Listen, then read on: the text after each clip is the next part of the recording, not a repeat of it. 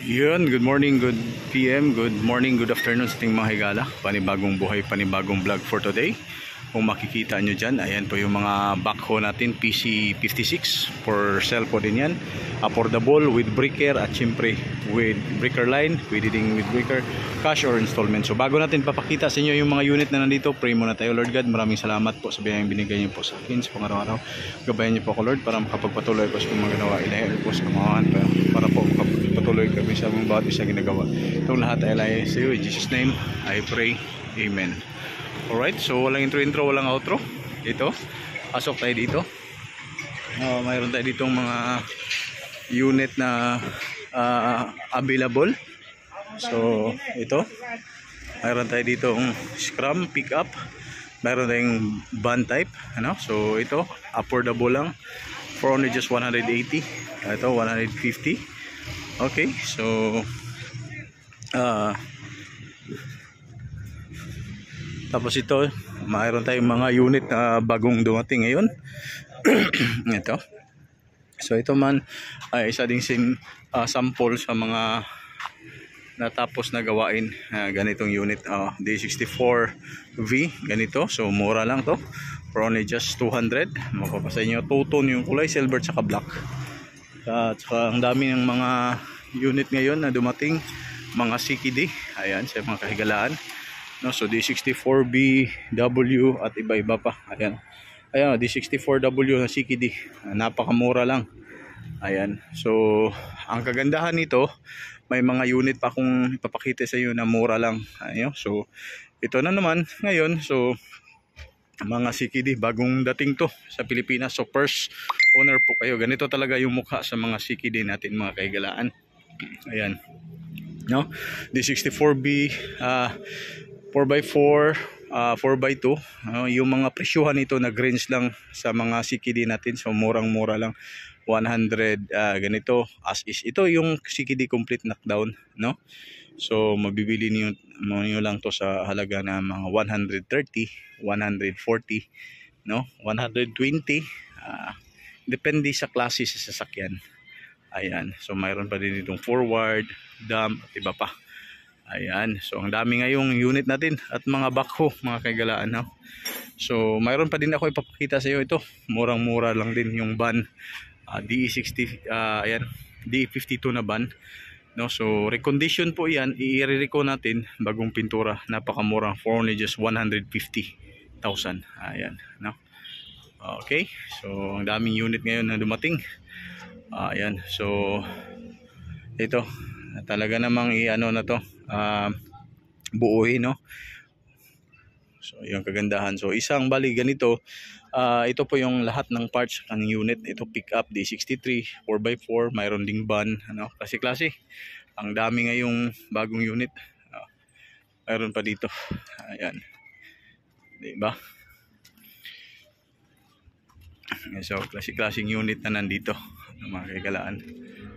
Okay, so again, ito, ayan, mura lang yan, 150, recondition with pintura, aircon. Sige, mayroon pa ditong palit Stingray.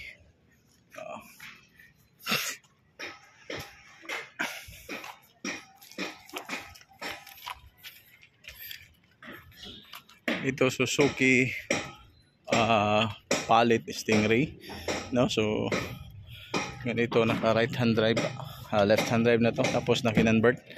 Ito yung conversion. Ngayon, ayan, Suzuki palit, diba? So mura lang to, may galaan. Medyo madumi lang to, ipa-cleaning lang niya to. So kagandahan nito, ayan, automatic po din yan.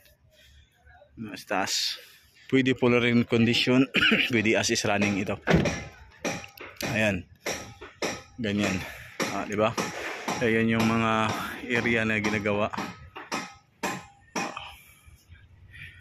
So ayan siya, ayan kagandahan.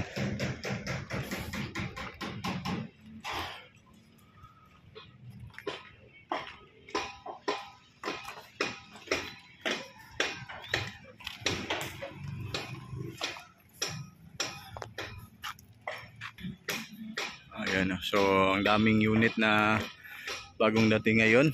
So for recondition at as is. Mayroon as is running na with registration, ibig sabihin nabuo na po, na-convert na, wala pang pintura pero na-transfer na into left hand drive, no? So tatakbo na po yan siya, pero medyo pangit pa nga lang. Pero pwede ding semi as is or wash over yung mga may mga pintura, pero hindi ganoon kaganda. Pero at least importante hindi na makikita yung mga welding or ano-ano pa, di ba?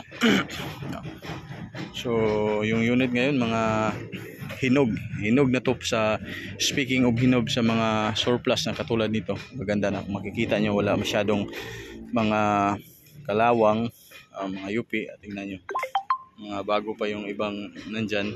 Ayan. Para sa amin, yung ganitong unit, ganitong model sa mga surplus is hinog na po yan. Yan yung tinatawag, hinog na, no? So pwede na. Ayan. So again, ayan yung mga unit natin ngayon na bagong dating. Ayan yung kagandahan. So ito D64 van, ganitong model, murang-mura lang. Mapapasa nyo to 200k.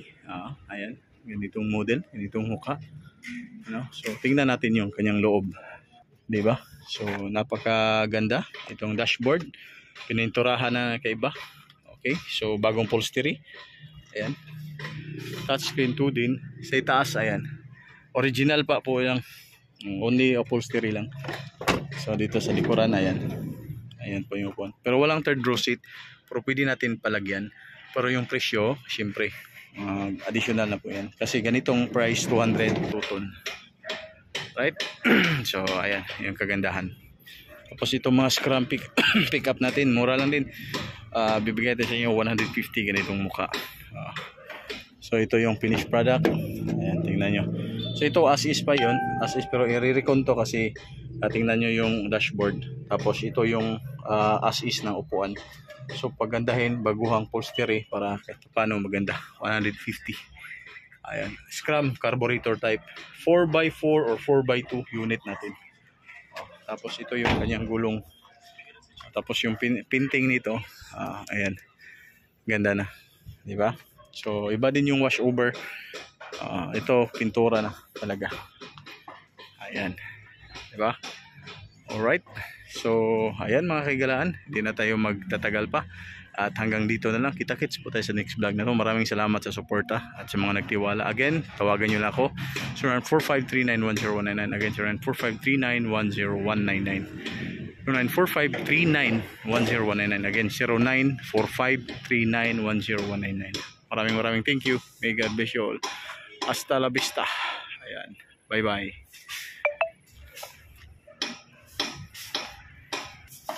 Bye.